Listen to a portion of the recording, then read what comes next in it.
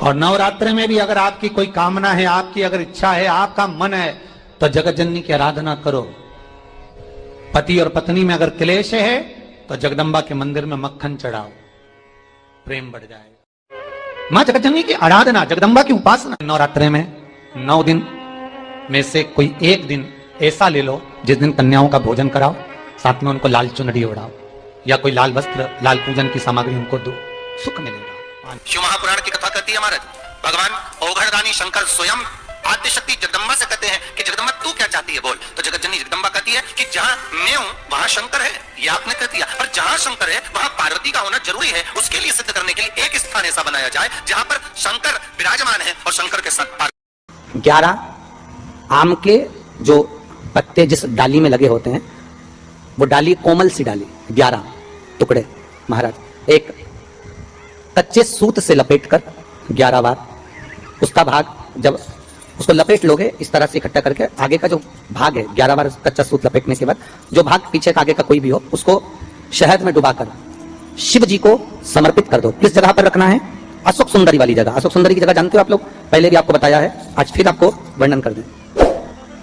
जैसे ये गोल जलाधारी है, ये शिवलिंग रखा है, ये 2 जहां से पानी बह रहा है बाबा के चरणारविंद, राइट में श्री गणेश जी का स्थान, लेफ्ट में कार्तिकेय का स्थान, बीच में अशोक सुंदरी की जगह।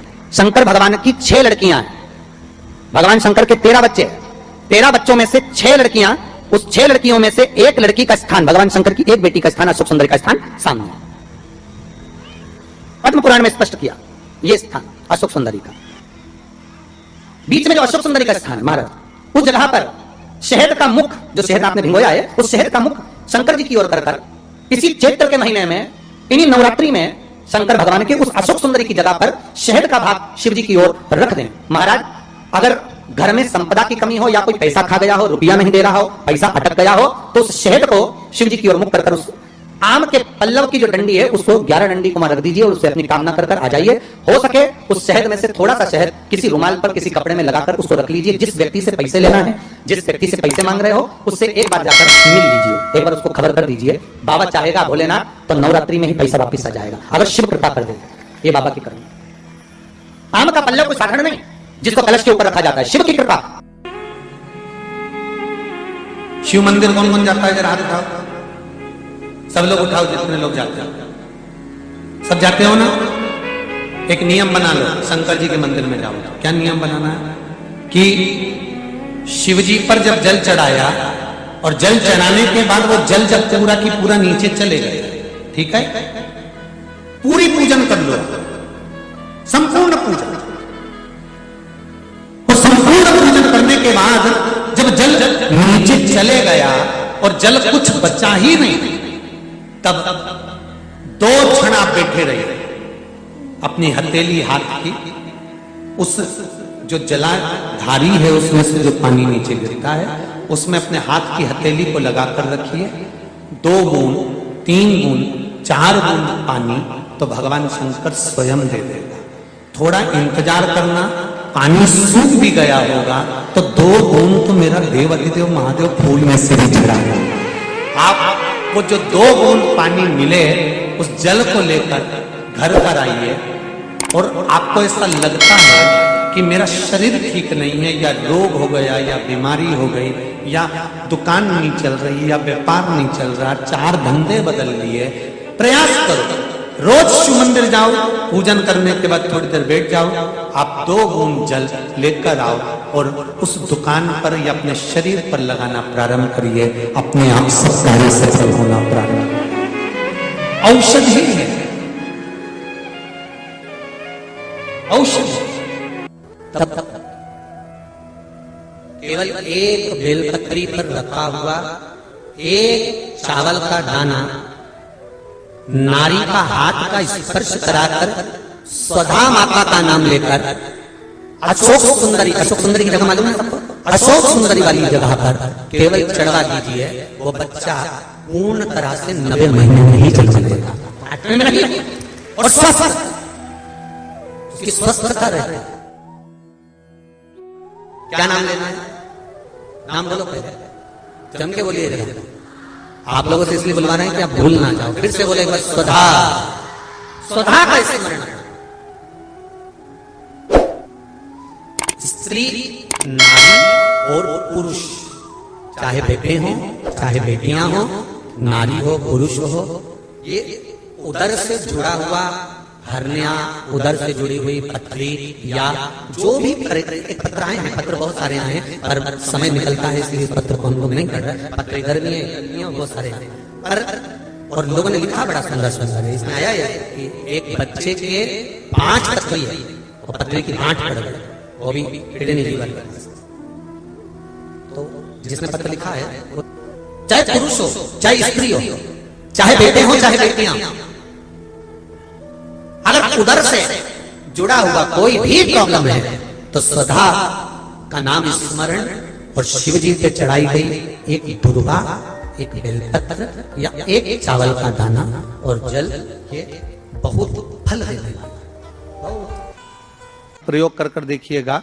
अभी तो नवरात्रि चल रही है, नवरात्रे में जब 5वां दिन नवरात्रे का रहे, चैत्री नवरात्रे का 5वां दिन रहे, और मान लो कि आपके घर में किसी बच्चे की, लड़के की या लड़की का या मंगल विवाह नहीं हो रहा हो या शादी नहीं हो रही हो, या उस लड़के लड़की के लिए बहुत प्रयास कर लिया आपने और उसकी शादी हो ही नहीं रही, अथक प्रयास आपने कर लिया और उसका मंगल विवाह नहीं हो रहा, तो ये देवी भागवत में स्पष्ट कहा गया है, देवी भागवत में वर्णन किया गया है,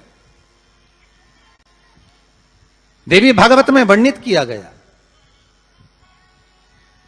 और देवी भागवत में कहा गया कि आम का जो पत्ते होते हैं, आम का जो पत्ता होता है, आम का जो पल्लव होता है, उस आम के पत्ते पर हल्दी और सिंदूर, इन दोनों से स्वस्तिक का निर्माण किया जाए। देवी भागवत का संवाद है, बहुत ध्यान देना महाराज। जिन कन्याओं का विवाह ना हो पंचमी के दिन, नवरात्रे की कोई सी भी पंचमी, मतलब जो पंचमी तिथि पड़ेगी, कोई भी नवरात्रा हो, चाहे वो 4 नवरात्रे में से, चाहे वो पौष का हो, अश्विन का हो, चैत्र का हो, आषाढ़ का हो, किसी भी नवरात्रे में आप कर सकते हैं। एक पान के पत्ते पर, एक ही पत्ते पर जो 2 स्वस्तिक बनेंगे, एक हल्दी का बनेगा, एक सिंदूर का बनेगा। बस अंतर इतना है, जो हल्दी का स्वस्तिक है उस पर कंकु के चावल अर्थात रौली के चावल, रोली कुंकू के चावल रखना है, और जो सिंदूर का है उस पे हल्दी के चावल रखना। इतना रखकर जिस लड़का लड़की का विवाह नहीं होता उसकी हथेली पर रखकर उसका नाम और गोत्र बोलकर महाराज उसको ले जाकर नीम के पेड़ के नीचे उसको रख दिया जाता है। मात्र 3.5 या 4 महीने ऐसे रहते हैं जिसके अंदर उस लड़का लड़की का विवाह पक्का हो जाता है। जिसका विवाह नहीं होता केवल उसी के लिए। सती कथा में कही थी कि नवरात्रे एकम से प्रारंभ नहीं होते, अमावस्या की रात्रि से प्रारंभ हो जाते, इसलिए उसको कहते हैं नवरात्रे। क्योंकि नवमी के दिन माता जी का विसर्जन हो जाता है, जवारों का विसर्जन हो जाता है, व्रत करने वाले कन्या पूजन भोजन भंडारा कराकर विराम दे देते हैं। तो नवमी की रात्रि उसमें नहीं जुड़ा पाती, उसमें रात्रि अगर जुड़ती है तो ये अमावस्या की रात्रि से जुड़ना प्रारंभ होता है, तब जाकर वो नवरात्रि पूर्ण हो पाती है। पितृलोक में पितृ जैसे निवास होकर भी इंतजार करते हैं। 4 नवरात्रे हैं तो 4 ही श्राद्ध हैं। आज मौनी अमावस्या है, श्राद्ध का विराम हो जाता है और कथा अर्थात नवरात्रे प्रारंभ हो जाते हैं दूसरे दिन। तो यहाँ शास्त्र कह रहा है जैसे हमें प्रतीक्षा रहती है कोई अच्छे कार्य की, कि घर में कोई शुभ कार्य हो, घर में कोई अच्छा आयोजन हो तो अपने को आनंद होगा, प्रसन्नता होगी। उसी तरह हमारे जो पूर्वज चले गए, जो पूर्वज चाहे वो अधोगति में गए हों, चाहे वो देवगति में गए हों, चाहे वो पितृलोक में निवास कर रहे हों, तो जितने भी पितृलोक में निवास करने वाले पूर्वज होते हैं वो भी ये विचार करते हैं कि हमारे घर के वंश द्वारा, हमारे वंशजों द्वारा कोई ऐसा सत्कर्म हो जिससे हमारे जीवन की वितृप्ति हो और हमें आनंद की अनुभूति हो। और ध्यान दीजिएगा महाराज, आपको चैत्री नवरात्रि का स्मरण होगा, आपको शरदी नवरात्रि का स्मरण होगा, पर जो आषाढ़ में और माघ में जो नवरात्रे पढ़ते हैं इसका एक आनंद ही दूसरा रहता है। बस इतना जरूर होता है कि दुनिया के लोग वो जो 2 नवरात्रे होते हैं उसमें कलश की स्थापना भी करते हैं, देवी का पूजन भी करते हैं, अर्चना भी करते हैं, मंदिरों में भीड़ भी रहती है और खूब प्रेम से माता का जगराता वगैरह सब होता है। पर ये जो नवरात्रे हैं 2 गुप्त नवरात्रे, इनका लोगों को स्मरण नहीं था। वो तो धीरे धीरे ये टीवी चैनल के माध्यम से कथाकारों ने, वक्ताओं ने स्मरण कराना जब चालू करा, धीरे धीरे बताना, मार्गदर्शन करना जब चालू करा, तब लोगों को ज्ञात होता गया कि कोई गुप्त नवरात्रा भी होता है, उसमें भी देवी की आराधना होती है। ये चारों नवरात्रे अलग अलग अवस्था के हैं, अलग अलग सुख के हैं और अलग अलग आनंद के। आपके घर में पितृदोष है, आपको ऐसा महसूस होता है, तो किसी भी नवरात्रि के पहले जो अमावस्या पड़ती है, जिस दिन अमावस्या रहे उस दिन चावल की कटोरी में एक कपूर का टुकड़ा रख दीजिए, छोटा सा, और कपूर का टुकड़ा रखकर उस कपूर को दरवाजे के बाहर कटोरी में ही, चावल रखी हुई कटोरी में ही उसको पितरों का स्मरण कर कर जला दीजिए। और जलाने के बाद उस चावल को कहीं भी किसी भी वृक्ष की छांव में पक्षियों के लिए डाल दीजिए। शिव महापुराण की कथा कहती है, अगर मान लो पितृ आपको कष्ट दे रहे हैं, पितृ आपको तकलीफ दे रहे हैं, कोई काम नहीं होने दे रहे हैं, या कहीं आपको ऐसा लगता है कि पितरों का दोष है, तो वो पितृ दोष देवी, अब ये जो आप करेंगे ये कब कर रहे हैं? अमावस्या के दिन आप उसको रख रहे हैं, अमावस्या के दिन उसको रखकर रात भर आपने रखा कपूर के साथ में, सुबह एकम पड़ गई, नवरात्रि लग गई, उसी दिन उसको जलाकर आपने पटक दिया। अर्थात उससे देवी और पितृ इन दोनों का आशीर्वाद जो प्राप्त होता है, तो घर में से पितृदोष समाप्त होकर लक्ष्मी की वृद्धि प्रारंभ हो जाती है, कार्य में सिद्धता आ जाती है।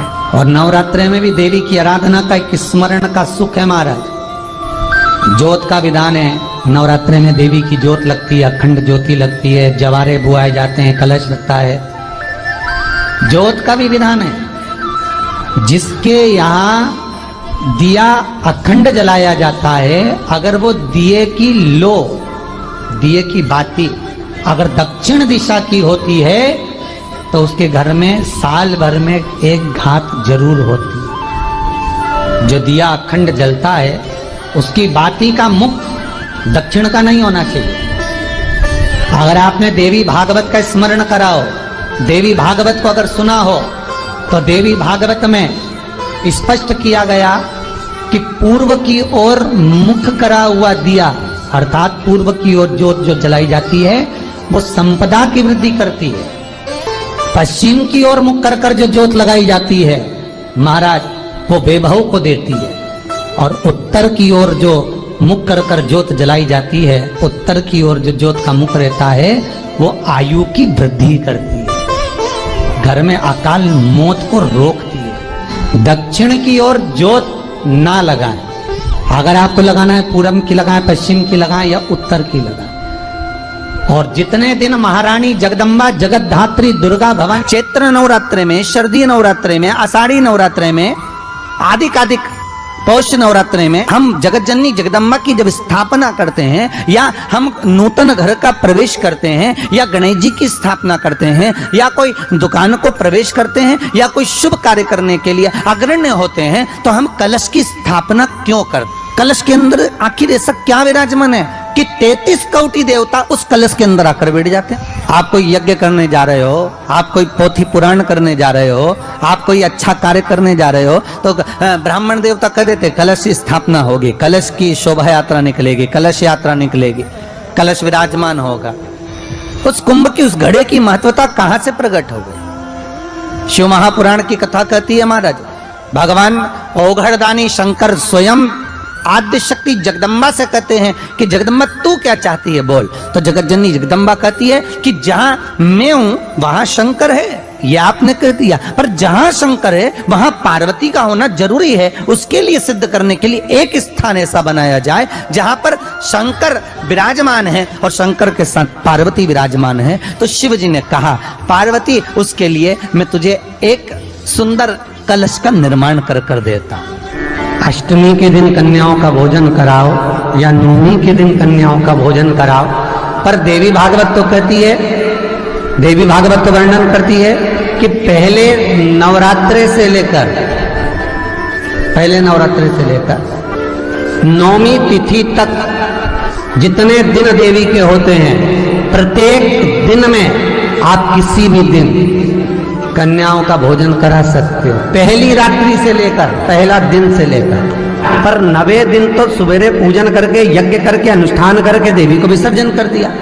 फिर नवरात्रि पूर्ण कैसे हुई? नवरात्रि की पूर्णता होती है अमावस्या की रात से गिनी जाती है। कौन से दिन से गिनते हैं? अमावस्या की रात्रि, फिर एकम की रात्रि, फिर दूज की रात्रि, ऐसे गिनते गिनते अष्टमी की रात्रि तक और नौमी के दिन सुबह तक या दोपहर तक या शाम तक, जब तक आप यज्ञ ना करें तब तक ये 9 रात्रियां पूर्ण गिनी जाती है महाराज देवी भागवत के हिसाब से पूर्णता। अब हमने कन्या भोजन का जो क्रम बनाया, अष्टमी के दिन करा देंगे, नौमी के दिन करा देंगे, इस तिथि को करा देंगे, पर भाव देखिए, शास्त्र कहता है भूखे को भोजन जब कराइए जब उसको भूख लगी हो, और ऐसों को कराइए जिसको जरूरत पड़ रही है।